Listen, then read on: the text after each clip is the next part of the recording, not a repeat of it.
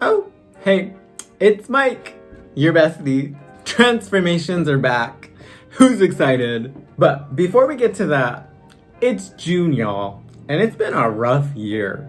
Wherever you are, whoever you are, I don't even know who's watching this, but whoever you are, I hope you're doing okay. And just know, even though I'm a total stranger, if you ever need anybody to talk to, pick me. I promise I'm not always this loud and obnoxious. I'm actually a very good listener.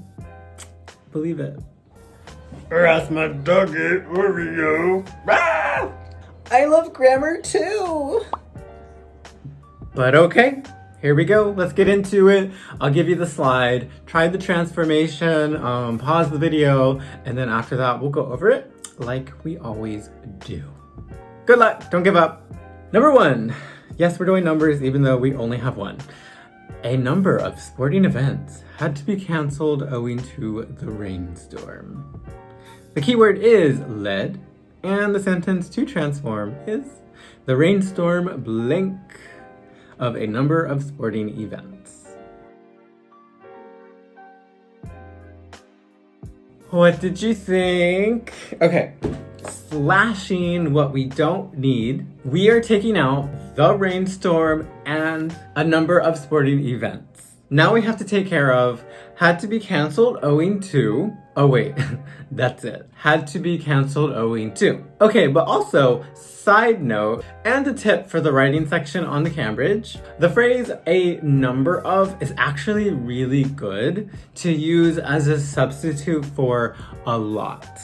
When you write for Cambridge, don't use a lot. It's weak and it's unimpressive vocabulary.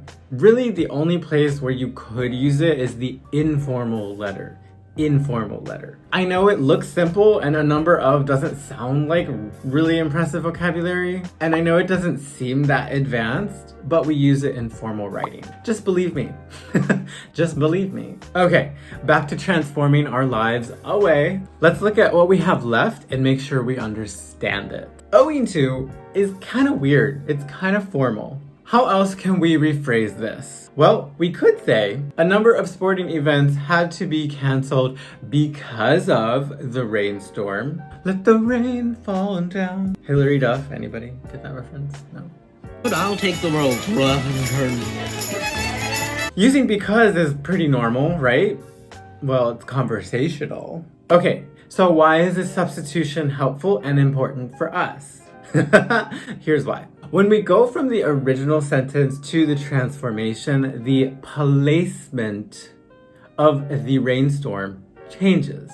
In the original sentence, the rainstorm is at the end. So it's kind of like a complement or an object type of thing. In other words, we don't have to think about a verb to go with it.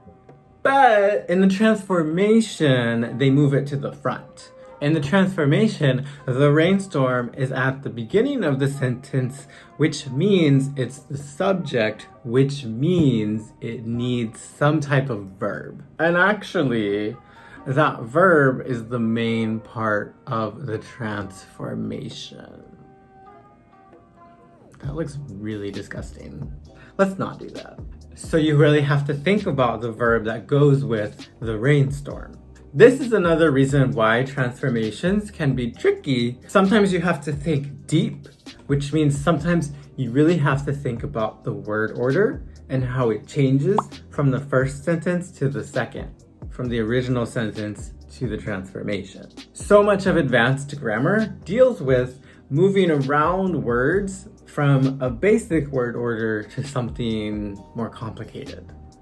Or the other way around. So we could rephrase this too. The rainstorm caused a number of events to be canceled. But then we look at our keyword lead. What does lead come from? It comes from lead. So lead could be the past simple form or it could be the past participle form. Literally, lead means to be the first one and to bring people with you. Like, okay kids, everybody follow the leader. I'm leading you. Hurry up. Why are y'all acting brand new? We gotta get out of here. Who's Dr. Peppermint? Damn. But as an academic vocabulary word, lead means Wait, what does it mean? It means result in when you're talking about cause and effect. Cause and effect. So lead is that verb you need here because we're dealing with cause and effect. So now we know how to use our keyword in the sentence. The rainstorm led to, and if we look at our original sentence, had to is in simple past. So we can use led as a simple past verb. Perfect. We don't have to worry about it being a past participle or anything. No, we just need to match our original sentence and use simple past. And our keyword can be used as simple past. Okay, then we have to think about what comes after led. Well, play around with it in your head. Use your head. Package. Package, I don't know. Oh no, it's not. What comes after lead in other contexts? Well, we've got smoking leads to cancer. Don't do it. Eating junk food leads to a stomach ache. Can confirm. Not subscribing to my channel leads to fill in the blank. So the preposition to, hands in the frame. The rainstorm led to blank a number of sporting events. Yay! Then if we try to finish the sentence on our own, I think we can piece together the rest of the words.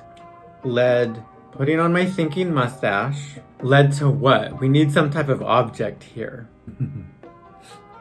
Sorry, that's so stupid. Led to, okay, look at the original sentence.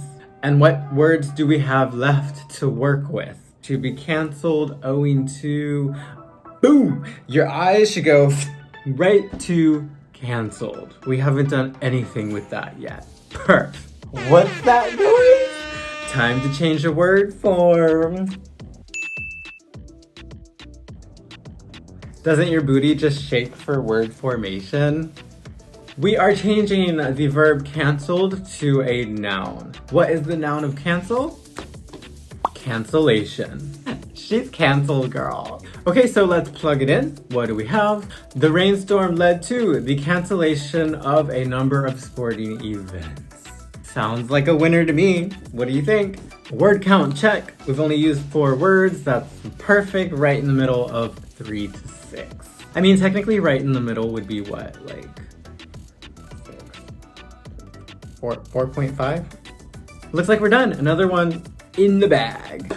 But one note for that last word, cancellation, you can have the word canceling. That is acceptable as well as an answer to this transformation. I guess technically the gerund is a noun, so I mean it still fulfills that spot, or it still fulfills that need of a noun. Okay, I'll admit this transformation, it wasn't quite as obvious as some of the ones that we've done. You really had to think about each individual word, and you also had to use the word order of the sentence to work out some of the grammar that you needed. We didn't have a lot of obvious signs like, oh, that's a past participle, so I need a perfect tense. Oh, my keyword is a preposition, so I need a phrasal verb. We didn't really have any clear signs. So the question, what grammar do I need for this one, was a little bit more difficult. What I'm trying to say is, cleft sentence.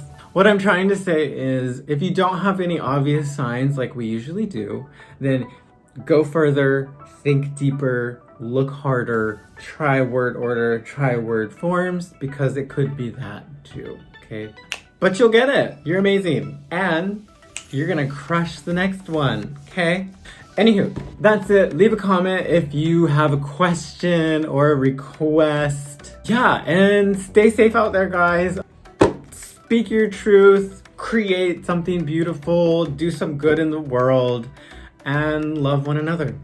This week, when I say peace out, I really mean it.